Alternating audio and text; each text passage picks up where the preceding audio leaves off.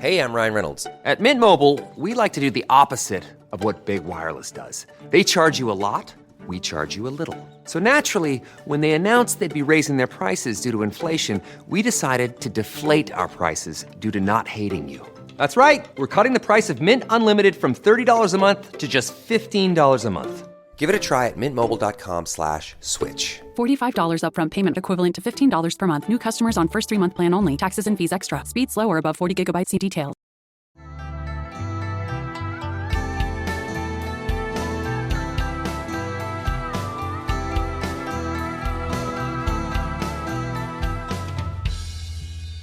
Hello, I'm your host, Les Bubka. Welcome to Anxious Black Belt, a podcast that focuses on karate, mental health, and everything in between.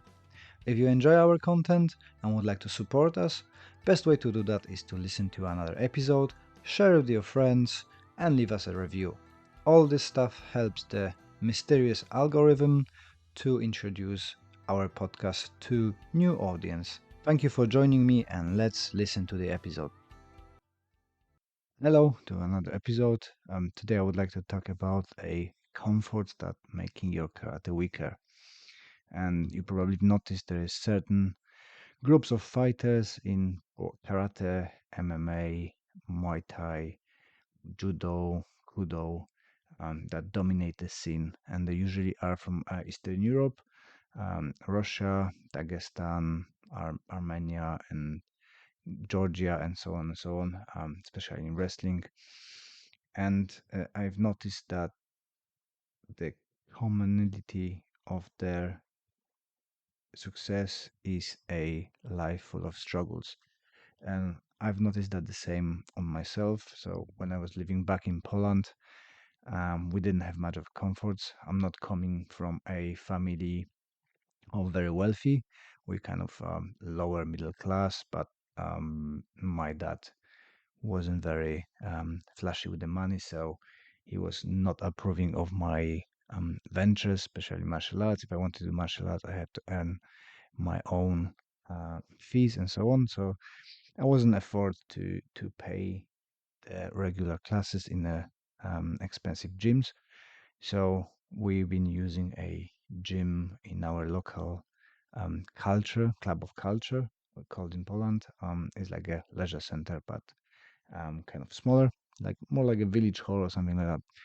And we had a gym there that was twice a year flooded, with old rusty equipment, no fancy machines, all free weights and few racks and punch bag, and carpets stank of damp and sweat, and it was just gross, right? Nobody normal would go there. But the culture in that gym was that everybody was putting 100% of work, and it created a tough people. And the same in my karate gym, which was, let's say, not as well the top end, but kind of a lower end in terms of equipment and facilities.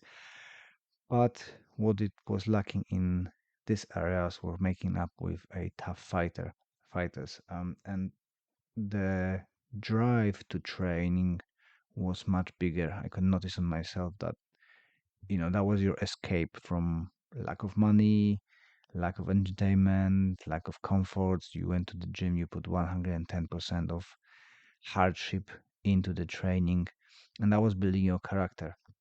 So when you've been going out to the competition, there was a visible and noticeable difference between the people who came from the kind of soft gyms where you praise all the times people compared to those who came from a rough environment.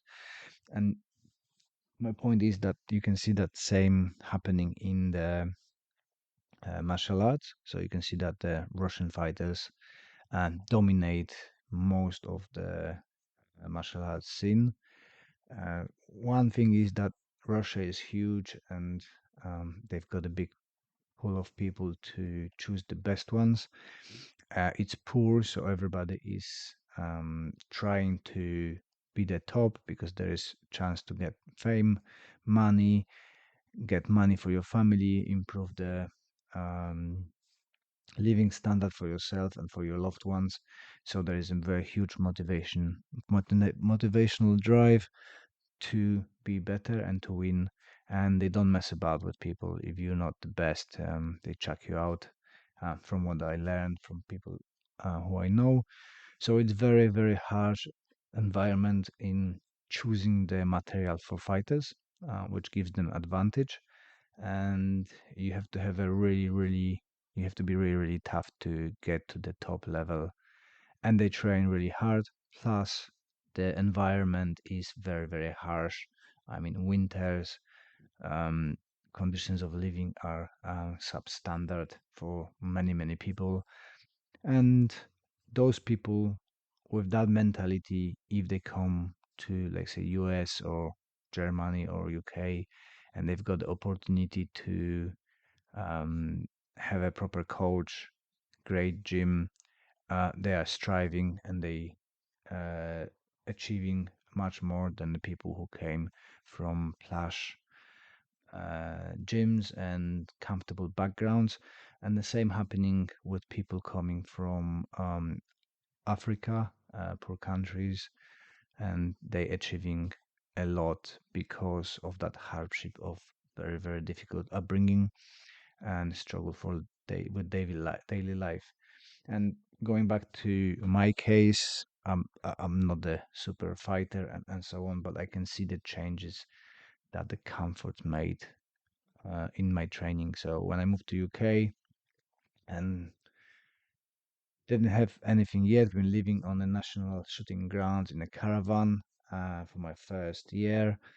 I've been training harder than um, anything after. So with a growth of comforts, my training commitment was sloping down. It was much more difficult to go for training, put the effort, because why should I when I can sit on the sofa, watch the TV, go with friends to cinema, spend some money in a pub, or just go for a really nice meal and relax. So I lost a little bit of that hunger for a hard training, and slowly, it creeps on you that you don't noticing that you easing off that pedal, and the speed comes down, and suddenly you waking up and say, oh, I'm not really as fit as I was. I can't put up with the pain as I used to. I'm not putting so much effort. My technical skills go down. So it was a kind of a surprise. But yeah, thinking about it, it was like, yes, the comfortable life making me soft. So when I go to Poland training with my Polish friends, um, I'm feeling the difference. I'm feeling that they are just harder people. I'm getting soft. Obviously, the age doesn't help. Older you are, the um, harder it is to train hard. Bones aching of throws, the getting up from the floor, getting a bit challenging. You're starting to make weird noises when you're sitting down, when you get up, like an old man. So it was kind of a challenge. I recently, when we moved to the new gym and with the mats, so it's a bit easier on the bones.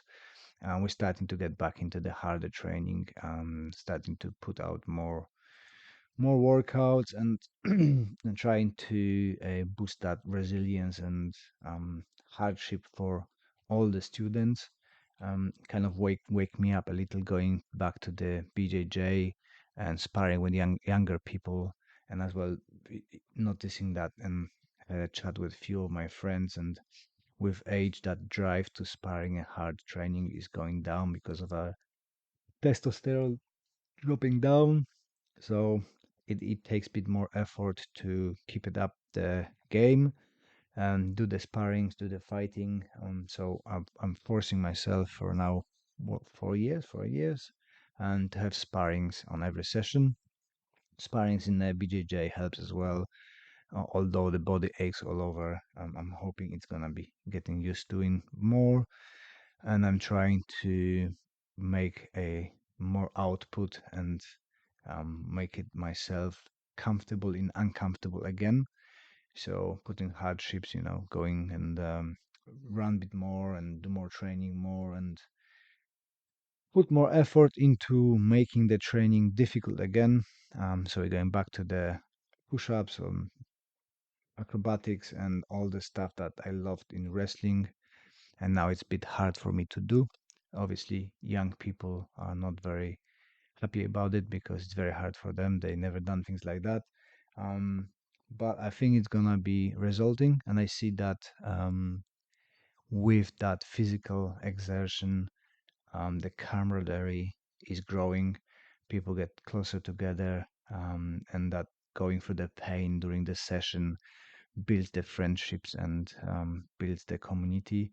So we're gonna do that, and it's always nice, I think, crawling out from the training because you know that you put 100% and more, and had a good session, challenging session, and the level and technical abilities grow exponentially with that effort. Today, very short one because of the kids, so I didn't have time to interview anybody. I didn't have time to write a proper script. I promise I'm gonna get better next week. But what do you think? Did you notice that the comforts of living, as more you gather them, changing your training your outlook on the training? How's that working for you? Drop me a message and then we can have a chat about it, or drop me an email, whatever means of communication you prefer. Thank you for a few messages on the last one. It's nice to hear your side of the story and see your viewpoints. And it's always nice to have some feedback about the episodes I do. So I'm very happy that you guys engaging. Okay, that's all for me. One more thing, just remembered, we're heading towards the end of the year. So if you've got any questions, send them over about karate, martial arts in general, or a training, personal training, weightlifting, cold showers, light therapy, supplementation, or whatever comes to your mind, and I will try to answer them. And then New Year's episode with Q&A. Would be nice if I had actual some questions instead of having to come up with my own. But if that's the case, I will do that. I'm gonna find some questions and maybe most asked questions about karate online, and then in 2024, and then I will try to talk about it and see what my thoughts bring on it, and we'll see how it goes. So, well done for listening to all of it. You are a superhero. Thank you very much for your support. And if you could leave us that review on a podcast platform, that would be amazing. I appreciate your time, appreciate your support, and I wish you all the best until the next one. This podcast is part of the Sports Social Podcast Network.